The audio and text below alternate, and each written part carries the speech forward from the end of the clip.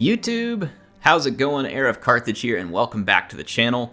And I've got a fun one for you today. This is going to be Baktria taking on Rome, and it looked mostly like a Polybian Rome as well. It does look that way. So Hastati up front, Principe and Triari. So the Romans apparently pushed east and are going to be facing off against some of Alexander's old kin here. And Baktria has really come archer heavy. I see 5 units of Persian light archers up front. That is a substantial amount of potential damage. A Bactrian royal cavalry supported by a Bactrian noble horse. So one is a shot cavalry, the other is a melee cavalry, both very capable. The Romans have these Numidian cavalry out here to help fend off these mercenary Scythian horse archers. There's 2 of those.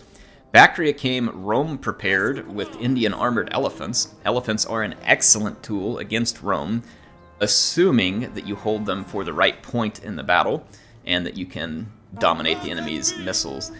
So we've got some thorax swords in a second line here. There's 3 of them, and then a very weak front line of levy pikes, which are meant to kind of just hold and fix the enemy. Baktria is clearly looking to use a similar strategy to what we saw the other day in the Baktria match that was sent to us by Hotel Soap, which is he's wanting to pull the Romans towards his line. The Roman is just tons of heavy infantry here. I mean, if we take a look up front, I think it's 6 Hastati, and there's going to be 6 Principe, 4 Triari, a Legatus bodyguard, and then just a little bit of cavalry. So Rome going super heavy infantry dependent here. Could pay off. This much heavy infantry can be problematic for Baktria in the sense that even their thorax swords would, struggle to beat Hastati. I wouldn't say, they would beat them, but, it wouldn't be like a real clean win for them. They certainly wouldn't do great against Principe, and then Triari are some also heavily armored, shielded units, and Rome here has got decent missile defense. They need to just push through this screen, keep working up against Baktria. I like what the Numidian cavalry are doing here, getting the horsemen, pulled into this. Those elephants, though, are going to be a huge risk for Rome, and these Numidian cavalry actually really need to be saving some of their ammunition for just such a time as to ward off those elephants. Now, the infantry can certainly do it if they hold on to their volleys of Pila until the right moment. In fact, here come the elephants. Oh, surely not. Oh, this is insane. Baktria is just... No way. Oh, they're going straight in. Full YOLO. This is not what I expected from the elephants. They are going to go down in a hail of Pila. I don't know what the thought process was here for the elephants, if it was a mismicroed feint charge or what. I mean, obviously completely, totally annihilates a unit of Hastati, but definitely not a good trade for an entire unit of Indian elephants. Even if the objective here was to just maybe keep the Roman army busy with some berserking elephants for a moment, it's not really going to last that long. That is a huge loss for Baktria. Those elephants can cause tremendous damage and needed to be held on to. So Rome definitely took some damage. I mean, look at that one just dying there, killed a ton of those guys. So, I mean, sure, the elephants can do a whole lot even in a relatively quick pick. Their flag is frozen. So yeah, at this point, Rome definitely needs to just march forward and engage the Bactrians. I almost wonder if they wouldn't be better off to just enter Testudo.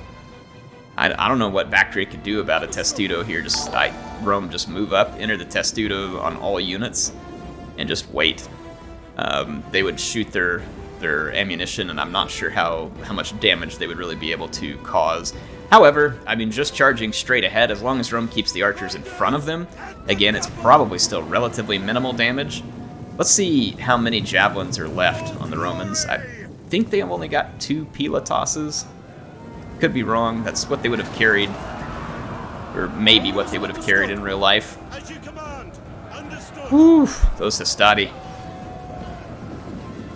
Yeah, that cavalry ended up paying a price for that ultimately, but they killed 66 Hastati. They took 4 losses, but they took a lot more hit point damage than it's going to show on this game, because remember, we don't have a health bar. We've got just an entity count. There is a health bar underlying all this, but we don't get to see it. Alright, so the Numidian cavalry goes down, so Baktria has won the cavalry skirmish. The Roman commander is way back here in the back. He might be a good one to keep closer to those Triari. This is risky here now, potentially taking Oof, yeah, that's going to be rough, taking all that right in the back for the Principe. So the Roman infantry now is going to be at the mercy of the missile infantry. And there is finally some testudo here from the Hastati in the front.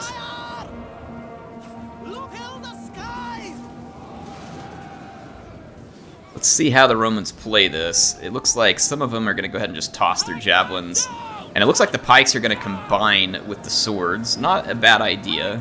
The swords can kind of fix the Roman infantry and allow the pikes to maybe get more kills. But head on, even into levy pikemen, the Roman infantry might still win. Turning their back is actually probably worse than just going headlong into the pikes, because the archers are going to shred them when they turn their backs. In fact, the Roman infantry is struggling already with their leadership, and I think they went out and murdered the Roman commander back there. I don't see him up here anymore. I don't see him on the map at all anymore, so Baktria must have gone out and killed the Roman legatus. Yeah, I don't see it on the screen. I must have just missed it while we were looking at something else. I don't even see the corpses, so I'm not sure where they went down. Let's see how Rome's doing along the front line. You can see here these levy pikes pushing. And Rome is kind of falling back from them, maybe trying to create gaps in the line. And where the pikes and the swords combine, it'll be pretty effective. What the Roman really needs to do is just, start to work a little bit of the flank. As soon as the pikes have to turn, even just the tiniest bit, they're going to be rendered basically useless. But you see here how when the Roman goes head in, the pikes don't get a ton of kills. You can see here they've only got like 2. It's not going to raise real fast because of the Roman armor. The Roman player just needs to get onto their flank just a little bit. Just pull your unit back and move just a tiny bit.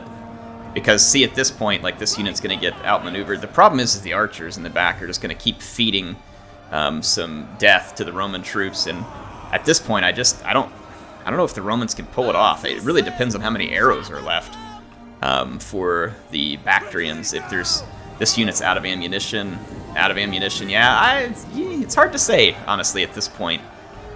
I still think the Bactrians have an edge here, potentially. But, don't underestimate the capability of Roman heavy infantry. This Bactrian noble horse is going to put some damage in. It's also up against Triarii here, and Triarii are pretty competent. They're not amazing versus horses, but they're pretty darn competent. They can resist charges with all that armor, and then they have a bonus versus large. Look at this unit here, got sandwiched between pikes. So this Roman infantry ended up getting surrounded. The combination of the pikes with the swords is definitely the way to get your work done with the pikes, because alone the pikes just cannot fix Roman units effectively. From the front, though, you can see that eventually the pikes can wear them down. This unit's got 75 kills, so the Roman has got to get onto the flank of those units. Even if your unit just wraps around theirs a little bit, that's why you'll see that these pikemen were spread very thin. Because they're trying to keep the Roman from being able to wrap even just a little bit around their edge, because as soon as they do wrap around that edge, it turns into a crapshoot where the Roman infantry will just start killing them from the flank in. But at this point, I just don't think the Romans have enough infantry left.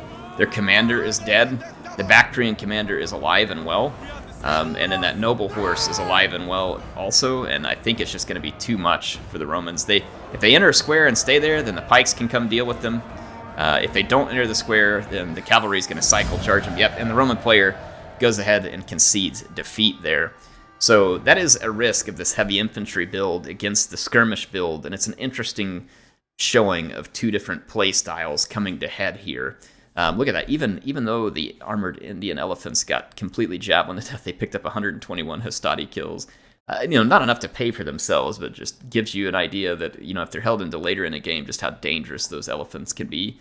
I'm not sure why those were thrown in early, but regardless, the Bactrian cavalry was still getting plenty of kills. The archers did a ton of damage, and then having just those few swords here to combine with the 6 levy pikes was just enough to make Roman maneuvering difficult, right? And that's all you have to do with the pikes to try and get them to be worthwhile. You have to, 1, win the skirmish game, and 2, you have to be able to make it harder for the enemy to outmaneuver you. And just those few sword units adds that little bit of flexibility that's needed.